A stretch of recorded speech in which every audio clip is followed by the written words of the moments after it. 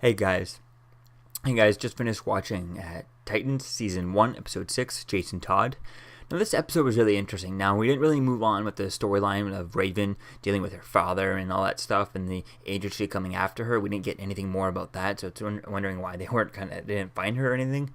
But we didn't get anything moving on that. It was more of a Dick Grayson episode, which Jason Todd was definitely in it. He was involved in a lot. He had a one-liner about his origin and stuff, but I don't know why it's called Jason Todd this episode. It should have been called Robin. I mean, the two of them team up, but I think it was really cool to seeing that, or Robin. It could have been called Robin Meet Robin type thing. I think that would have been an interesting title. But I think Jason Todd is an interesting episode. Is an okay title, just to kind of grab the attention type thing, especially before you're watching it. But it doesn't really describe this episode too well, because it's not really a Jason Todd episode. It's still more a Dick Grayson episode.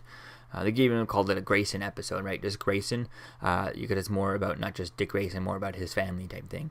So we see we see the Grayson's funeral, and we see everyone there. And Dick doesn't want to leave and go. He doesn't want to live with Bruce Wayne type thing, but they obviously send him with there because he's super rich and he can give him the life that they can't give him, right?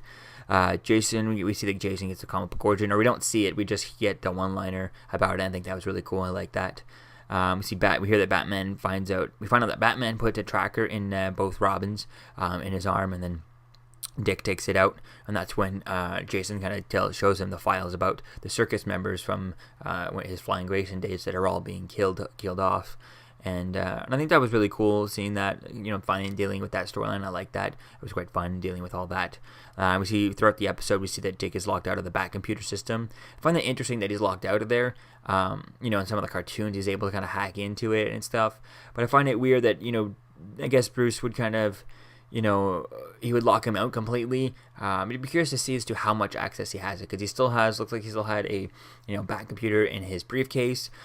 He does have some sort of a Bat phone type thing that he carries around with him, that he was able to call Alfred with. So I'd be curious to find out more about that. Like, is that Bruce leaving him access, or is it Alfred giving him letting him access it, helping him out with that, but here, take this, I'll leave you some access type thing. I think that could be something interesting to see, kind of play with that relationship a little bit, just to see as to where things are going to go, because I'd imagine Bruce Wayne would want to leave. To me, Bruce Wayne would leave, leave Dick Grayson access to some of the systems. Maybe not everything, maybe not all the stuff, some stuff would be off limits, obviously, but I think in general he would leave it, give him access to it so that he could use some of that stuff to stop, to help lives. He's a police officer, he's this, he's that, he's trying to do things, and he knows sometimes he's going to need help doing that. So I think that's going to be cool to see, as to kind of how that kind of relationship continues on without actually seeing Bruce Wayne. I kind of like that.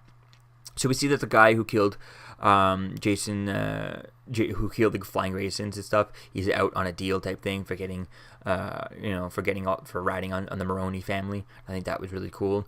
And Dick has rants to the cop and stuff, and as he does it, his son is like, the killer's son is like right there. Here's the whole thing, and it's weird in this scene, because at first I was like, he's right there. Why the hell is doing that? And then I realized, it was kind of whole point of this scene. But the cop just sat there and didn't stop Dick Grayson halfway through. He let him finish his sentence. He's just like, he didn't say anything. He should have at least have a facial reaction, just to be like, oh wow, like his kid right there. And Dick just stopped halfway through and go, oh.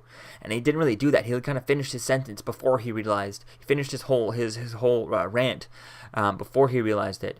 I think it would have been interesting to see him kind of halfway through the sentence and realize it was a bit weird, but I like the way they did it, and I like the fact that the guy was 2 feet away and they weren't trying to talk loud and hide from him type thing.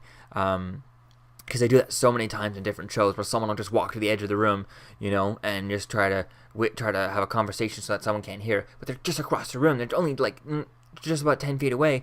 Obviously, they can still hear your full conversation. You got to leave the room to get a, to not make sure he doesn't get any information from your conversation, right? So I think I like the way they played that. We see that his son, he hears it. We see Dick Grayson. We get a flashback to him. He attacks the killer type thing, and he lets the Maronis end up killing his parents' killer type thing. And I think that was really cool. And his son obviously puts 2 and 2 together that he's Robin type thing. and that's when he started attacks the whole circus family type thing. I think that was cool.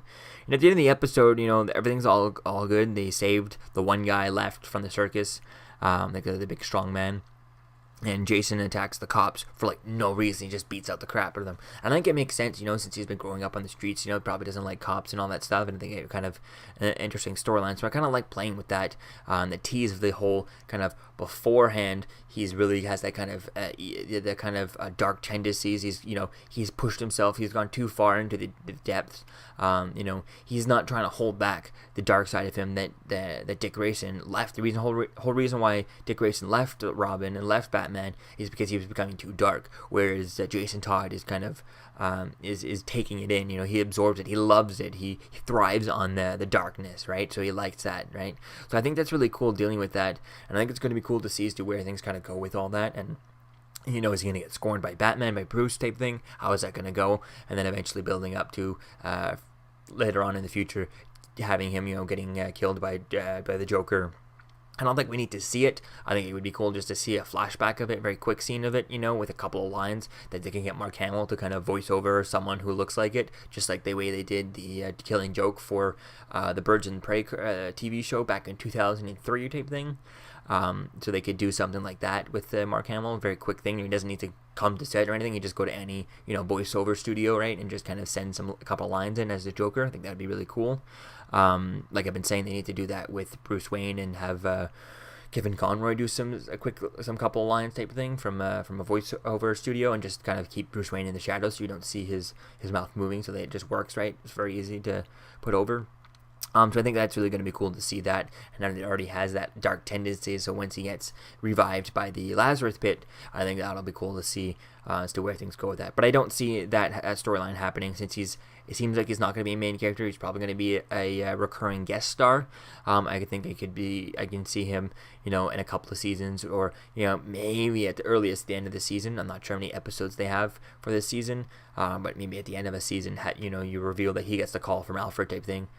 Jason's dead type thing, and type thing. I think that could be cool to see where things go with that, how that would affect, especially once I think everyone needs to get to know Jason Todd just yet, because right now if Jason Todd dies, Starfire, Raven, and Beast Boy are not really going to have any emotions to it, and since they're some of the main characters in this show, they're going to get build up the relation first before we get that the classic death in the family storyline, so it can really affect everyone.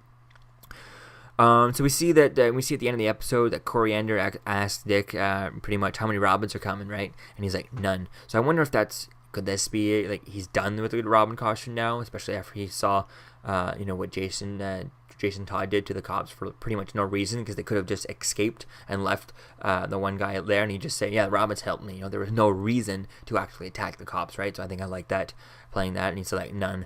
So I think it's going to be cool to see as if he gets where things go with that. Is he going to get a new costume? Is he going to change it up? I think it's really going to be cool to see as to where things go. And if he's locked out of the Bat computer, how does he get a new costume? Who does he get to help build a costume? I think it would be cool to see if are we going to get to see an Alfred. I can see Alfred sending him a new costume. I think that could be quite cool to see as to where things go with that. I think it can be quite fun to see as to how things kind of continue on from here. And I'd love to see the Batcave. We did see bits and pieces of it in flashbacks in the Batmobile.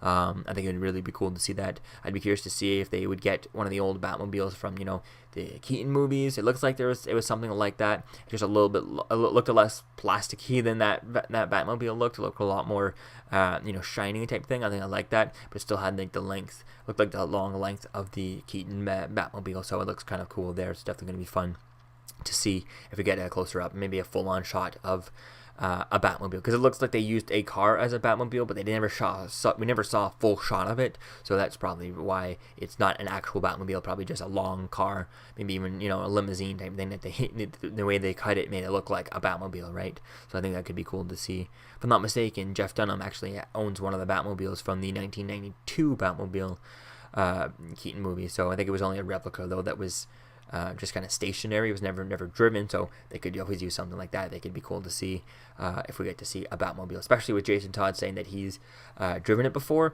I could see him taking it out for joyrides at some point, so we'll have to wait and see if we get to see that. So all in all, I definitely can't wait to see as to kind of where things go with both Jason Todd and Dick Grayson, and to see. Hopefully that was a tease at the end, that him becoming Nightwing, because I think it'd be really cool to see that. But I feel like they would save that for the end of the episode, end of the season. We'll have to wait and see as to if he gets like a prototype soon. Suit to that, and I'd love to get that classic origin where he hears the story from Superman about Nightwing on Krypton, and I'd love to see that also on the Krypton show simultaneously. If they were smart, they would do that both, so they'd have it, they'd have Nightwing on the Superman the Krypton show, and then a few episodes later they'd have the actual Dick Grayson becoming Nightwing and repeating that story that he heard from Superman, right? I think that could be really cool too. So all in all, I really like where things are going with this, and the trailer for the next episode looks really kind of fun, getting back into the storyline with Raven, dealing with her. Maybe it looks like they're going to be visiting her mother, and it looks like her mother kind of takes them all in, starts experimenting on all of them. So that'll be cool to see as to kind of where things go with all that. And it looks like he'll be Robin again in the next episode, because he doesn't have another costume. He doesn't want to be Robin, but he doesn't have another costume. So I think it's going to be cool to see as to when does he get that Nightwing costume. Probably if I feel like it's really, things are getting pushed on like more and more. He's so close to never putting on that costume and just fighting as Dick Grayson, not putting on a costume, right? I think it would be cool to see that, and maybe at some point he just puts on the Domino mask, right? Just to kind of hide his stuff. But it was nice to see that in this episode, his old buddy from the circus, who didn't recognize him early on when he was in the club, but once he revealed that he was Dick Grayson and he recognized him, he instantly recognized him as Dick Grayson. So later on, I think I like that, how that's playing on, and hopefully they can kind of play with that a little bit more as to where things are going to go, and hopefully as Nightwing, he can get something that's a little bit more wider over the eyes type thing, maybe coming up a little bit more too, and just covering more of the face, and maybe some sort of different, electronics in the mask, so that it can also maybe somehow change his voice and do different things. Maybe be like bright lights on a mask that would kind of, not let someone see his face type thing. I think that could be really cool. I feel like there's more technology they could play with that to keeping his identity concealed from someone who knows Dick Grayson, right? I think that's really going to be cool. So all in all, I'm really excited to seeing as to where things go with this season. So let me know what you think, guys, about this episode, season 1, episode 6, Jason Todd, and I'll see you guys in the next video. Peace out.